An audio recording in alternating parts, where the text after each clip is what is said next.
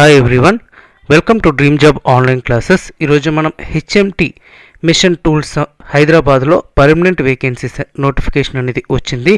So చాలామంది మేము ITI చేసాం, అప్రెంటిస్షిప్ చేసాం, ఇంకా ఖాళీగానే ఉన్నాం, అప్రెంటిస్షిప్ చేసినా సరే ఉపయోగం లేదు, అప్రెంటిస్షిప్ చేసినా మాకు అప్రెంటిస్షిప్ మీద జాబ్స్ పడటం లేదు అని అనుకుంటున్నారు కదా, వాళ్ళందరికీ హెచ్ఎంటీలో నోటిఫికేషన్ అనేది వచ్చింది. సో ఐటీఐ చేసి అప్రెంటిస్షిప్ చేసిన వాళ్ళు అంటే ఎనీ ఆర్గనైజేషన్ ఎక్కడ అప్రెంటిస్షిప్ చేసినా సరే మీరు ఈ వేకెన్సీస్కి అప్లై చేసుకోవచ్చు. ఇది ముఖ్యంగా ఎలక్ట్రీషియన్కి, ఫిట్టర్కి, turner and machinist grinder trades అనేవి ఉన్నాయి. ఇక్కడ మీరు ఎన్ని వేకెన్సీస్ ఉన్నాయని చూడవద్దు, ఎందుకంటే మీకు కావాల్సింది ఒక్క వేకెన్సీ మాత్రమే. సో ఇదేంటంటే ఈ కంపెనీ అనేది ఫస్ట్ వర్క్మెన్ కేటగిరీలో జాబ్ అనేది పోస్టింగ్ తీసుకుంటారు. ఫస్ట్ ఏంటంటే ట్రైనింగ్ ఇస్తారు. వాళ్ళు ట్రైనింగ్ ఇచ్చిన వెంటనే మీకు పర్మనెంట్ అనేది చేస్తారు. డెఫినెట్గా పర్మనెంట్ అనేది ఉంటుంది. అండ్ ఇది ఎలా అప్లై చేయాలి, ఎవరెవరు ఎలిజిబిలిటీ అనేది చూద్దాం. ఈ మెయిన్ ఆర్గనైజేషన్స్ ఏంటంటే aerospace, defence, nuclear, power transportation సంబంధించి ఈ యొక్క ఆర్గనైజేషన్స్ అనేది వెండర్స్ అనేది సంబంధించి ఉన్నాయి. సో వీళ్ళు మెషిన్ టూల్స్ అనేవి వాళ్ళు ఇస్తుంటారు. ఇది హైదరాబాద్లోనే పోస్టింగ్ అనేది ఉంటుంది, జాబ్ కూడా హైదరాబాద్లోనే ఉంటుంది. ఇక్కడ ఈ పొజిషన్ అనేది చూద్దాం. ఇక్కడ ఎసెన్షియల్ క్వాలిఫికేషన్ వచ్చేసరికి 10th క్లాస్ ఉండాలి, ITI plus NAC national apprentice certificate ఉండాలి, లేదంటే హెచ్ఎంటీలో 3 years ట్రైనింగ్ అయ్యి ఉంటే సరిపోతుంది. అండ్ ఏజ్ వచ్చేసరికి 33 years వరకు ఇచ్చారు. సో చాలామందికి ఇది ఉపయోగకరమైన న్యూస్, ఎందుకంటే ఏజ్ అయిపోయిందని ట్రై చేయడం కూడా మానేసి ఉంటారు. 30 above ఉన్న వాళ్ళు ఇంక ఏజ్ అయిపోయింది, ఇంకా గవర్నమెంట్ జాబ్ మాకు కుదరదు అనుకొని వదిలేసి వాళ్ళు ఉంటారు. సో వాళ్ళందరికీ కూడా ఇది ఇంపార్టెంట్. అండ్ కేస్ ఒకవేళ మీకు ఎలిజిబిలిటీ లేకపోతే ఈ ఏజ్ ఉన్న వాళ్ళకి మాత్రం మీరు హెల్ప్ చేయండి, డెఫినెట్గా మీరు ఒకరికి ఉపయోగపడిన వాళ్ళు అవుతారు. అండ్ నెక్స్ట్ క్వాలిఫికేషన్ ఎక్స్పీరియన్స్ అనేది ఉండాలి. Experience in mission tool industries అంటే ఏదైనా సపోజ్ ఒక మిషన్ టూల్స్ సంబంధించి అంటే డిఫెన్స్లో కానీ లేదంటే ట్రాన్స్పోర్టేషన్స్లో కానీ ఇలాంటి ఏది ఉన్నా సరే ఎక్స్పీరియన్స్ అనేది మీకు ఎలిజిబిలిటీ అనేది ఉంటుంది. అండ్ ఎక్స్పీరియన్స్ అనేది మల్టీ స్కిల్ ఆపరేషన్స్ లేదంటే trade relevant or machine tool industry. Suppose మీకు ఎలక్ట్రీషియన్ ఉందనుకోండి, ఎలక్ట్రీషియన్ మీద మీకు ఎక్స్పీరియన్స్ ఉన్నా మీరు యాడ్ చేసుకోవచ్చు ట్రేడ్ రిలవెంట్. ఇక్కడ ఏ ట్రేడ్స్ అనేది చూసాం కదా, Turner, machinist grinder, fitter and electrician. And training period వచ్చేసరికి 3 years ఉంటుంది. ఈ 3 years ఎలా ఇస్తారంటే ఫస్ట్ స్టైఫండ్ ఇస్తారు 13,000, 13,500, 14,000. ఈ 3 years అయిపోయిన తర్వాత successful completion of training period trainee will be reclassified on wage grade 2 of channel 6 wage scale 3,832 85 ఈ యొక్క ఛానల్లో మీరు వెళ్తారు. అంటే మీరు ఈ పర్మనెంట్ అయ్యాక మీ యొక్క శాలరీ అనేది మ్యాక్సిమం ఇప్పుడున్న బేసిక్స్తో పెట్టుకుంటే ఒక 33,000-34,000 వరకు మీకు శాలరీ అనేది వస్తుంది. అండ్ ఇక్కడ position B multi skilled or experience direct technical. ఇక 3 years డిప్లొమా మెకానికల్ కానీ ఎలక్ట్రికల్ కానీ ఎలక్ట్రానిక్స్ కమ్యూనికేషన్స్ చేసి ఉంటే సరిపోతుంది. వీళ్ళకి కూడా ఏజ్ 33 years వరకు ఇచ్చారు. సేమ్ ఎక్స్పీరియన్స్ ఈ విధంగా ఉంటే సరిపోతుంది. కాకపోతే వేకెన్సీస్ వచ్చేసరికి 2 vacancies అనేవి ఉన్నాయి. వీళ్ళకి ట్రైనింగ్ పీరియడ్ 2 years ఉంటుంది. వీళ్ళకి స్టైఫండ్ వచ్చేసరికి 14,000, 14,500 వస్తుంది. నెక్స్ట్ వాళ్ళకి పర్మనెంట్ అనేది చేయడం జరుగుతుంది.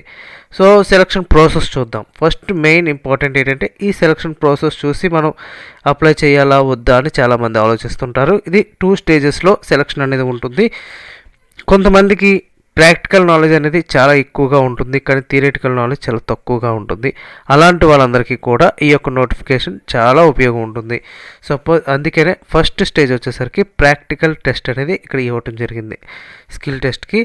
సో మీకు ఏంటంటే ప్రాక్టికల్ టెస్ట్ అనేది మీ యొక్క ట్రేడ్ రిలేటెడ్ మీద అంటే కామన్ ట్రేడ్స్ అంటే ఇప్పుడు సపోజ్ ఫిట్టర్లో ఉండేవి ఎలక్ట్రికల్లో ఉండేవి, టర్నర్, ఇవన్నీ కామన్ ట్రేడ్స్ సంబంధించి కొన్ని ప్రాక్టికల్స్ ఉంటాయి కదా, ఆ ప్రాక్టికల్లో అడగడానికి ఎక్కువగా అవకాశం ఉన్నాయి. టోటల్గా 100 marks ఉంటే 70 marksకి వచ్చేసరికి ప్రాక్టికల్ టెస్ట్ ఉంటుంది. సెకండ్ వచ్చేసరికి రిటర్న్ టెస్ట్ అంటే యాప్టిట్యూడ్ అండ్ జనరల్ నాలెడ్జ్ మాత్రమే ఉంటుంది. సో ఇక్కడ ట్రేడ్ థియరీ అనేది ఉండదు, ఓన్లీ ప్రాక్టికల్ మాత్రమే ఉంటుంది. సో ఇక్కడ ఎసెన్షియల్ క్వాలిఫికేషన్ ఎలా రికగ్నైజ్ చేస్తారంటే ఐటీఐ 60%, ఎన్ఈఎస్సి 60%, అదే డిప్లొమా ఇన్ ఇంజనీరింగ్ అయితే 60%, హెచ్ఎండి ట్రైనింగ్ ఉంటే 60%. ఈ విధంగా డివైడ్ చేస్తారు. And next application procedure observation procedure చూద్దాం. ఇక్కడ ఫస్ట్ ఏంటంటే అంటే ఇన్ కేస్ మీరు సక్సెస్ అయిపోయి 3 years కంప్లీట్ అయిపోయిన తర్వాత ఒక అసెస్మెంట్ అండ్ మార్క్స్ అని పెడతారు, వాళ్ళు ప్రాక్టికల్ టెస్ట్ అని కూడా పెడతారు. మ్యాక్సిమం సెలెక్ట్ అయ్యారంటే మీకు పర్మనెంట్ అనేది 99% అనేది చేస్తారు. సో మెడికల్ ఫిట్నెస్ అనేది కూడా మీరు చూసుకోవాలి. కలర్ బ్లైండ్నెస్ ఉంటే మీరు అప్లై చేయకపోవడం మంచిది. And application and procedure processing fees వచ్చేసరికి ఇక్కడ 500 అప్లికేషన్ ఫీజ్. సో గుర్తుపెట్టుకోండి, ఇక్కడ 500 ఎగ్జామినేషన్ ఫీజు కదా ఎంత అని అనుకోవద్దు. ఎందుకంటే మీకు కాన్ఫిడెంట్ ఉండి ప్రాక్టికల్ నేను ఏది ఇచ్చినా చేయగలను అనుకున్న వాళ్ళు మాత్రం 100% అప్లై చేయండి. ఎందుకంటే ఆ జాబ్ మీకే రావచ్చు. సో మీరు డీడీ తీయాలి. డీడీ తీస్తే ఆ డీడీ నెంబర్ని ఎక్కడ ఎంటర్ చేయాలో నేను చెప్తాను. అండ్ మీరు అప్లై చేసేటప్పుడు కొన్ని మిస్టేక్స్ అనేది చేయకుండా చూడండి. అండ్ ఈ అడ్రస్కి మీ యొక్క అప్లికేషన్ని ఫార్వర్డ్ చేయాల్సి ఉంటుంది. లాస్ట్ డేట్ వచ్చేసరికి 24/2021 లోపు మీ యొక్క అప్లికేషన్ని సెండ్ చేయాలి. ఈ పైన application for the post of company trainee ఇక్కడ ఇక్కడ చూసారు కదా, multi skilled or experience direct technical ఇక్కడ రాసుకుంటే సరిపోతుంది. అది పొజిషన్ ఏ అని రాయండి. అండ్ ఇక్కడ అప్లికేషన్ చూద్దాం. అప్లికేషన్ వచ్చేసరికి ఫస్ట్ ఈ చెక్ లిస్ట్ అనేది ఇక్కడ ఇవ్వడం జరిగింది. Statement of document enclosure to the application format. First date of birth ఇక్కడ మీకు ఉందా లేదా, మీకు అవసరం లేదా. ఫస్ట్ 10th క్లాస్ ఉంటే ఒకవేళ టిక్ చేయండి. Caste certificate SC ST in prescribe ఫార్మేట్లో ఉంటే ఇక్కడ మీరు క్లిక్ చేయండి. ఎస్ అంటే నో అంటే నాట్ యాక్సెప్టబుల్. అండ్ లిస్ట్ ఒకవేళ ఉంది అంటే ఎస్. అండ్ మైనారిటీ సంబంధించింది లేకపోతే not acceptable. Ex service man not acceptable. And EWS candidates నో పెట్టేసుకోండి. అన్నీ మ్యాక్సిమం క్వాలిఫికేషన్ సర్టిఫికేట్ ఉంది కదా, SSC certificate, ITI certificate. And enter అయితే లేదు, diploma and degree marks card suppose degree ఉంటే, అండ్ డిగ్రీ సర్టిఫికేట్ ఉంటే డిగ్రీ సర్టిఫికేట్, అదర్ క్వాలిఫికేషన్స్ ఏమైనా ఉంటే అదర్ క్వాలిఫికేషన్స్, ఎక్స్పీరియన్స్ సర్టిఫికేట్ పెట్టుకోవాలి, డిమాండ్ ఆఫ్ ఇది పెట్టుకోవాలి. ఈ విధంగా చెక్ లిస్ట్ అనేది ఎంటర్ చేసుకుంటారు. అండ్ ప్రతి డాక్యుమెంట్కి కూడా మీరు సెల్ఫ్ అటెస్టెడ్ చేసుకొని ఉండాలి. ఓకే, సెల్ఫ్ అటెస్టెడ్ చేసుకోవాలి. ఫోటో మాత్రం ఒక సెట్ ఫోటో అనేది ఉంచుకోవాలి. ఇక్కడ ఫోటో అందించాలి. మీ నేము మీ 10th క్లాస్లో ఏ విధంగా అయితే ఉందో ఆ విధంగా నేమ్ అనేది ఉండాలి. అండ్ ఈ ఫాదర్ నేము, అడ్రస్ ఇవన్నీ కూడా కరెక్ట్గా ఎంటర్ చేయాలి. చిన్న మిస్టేక్ కూడా రాకుండా కరెక్ట్గా ఎంటర్ చేయండి. Exam passed suppose first SSC ITI apprentice ఏమైనా ఉంటే, అండ్ మీ యొక్క ఎక్స్పీరియన్స్ 2 years 3 years ఎక్స్పీరియన్స్ ఉంటే ఆ ఎక్స్పీరియన్స్ అనేది ఇక్కడ యాడ్ చేయండి. ఓకే, అండ్ నెక్స్ట్ ఇక్కడ సైన్ చేయాలి. ఇక్కడ మీ యొక్క సర్టిఫికేట్స్ అన్నీ కూడా ఏదైతే ఇక్కడ ఎస్ పెట్టారో అవన్నీ కూడా మీరు సెల్ఫ్ అటెస్టెడ్ చేసి మీరు పంపించాల్సి ఉంటుంది. సో 20th లోపు మీరు పంపించాలి. వీలైనంత త్వరగా మీరు పోస్ట్ చేసేయండి, త్వరగా వెళ్తుంది.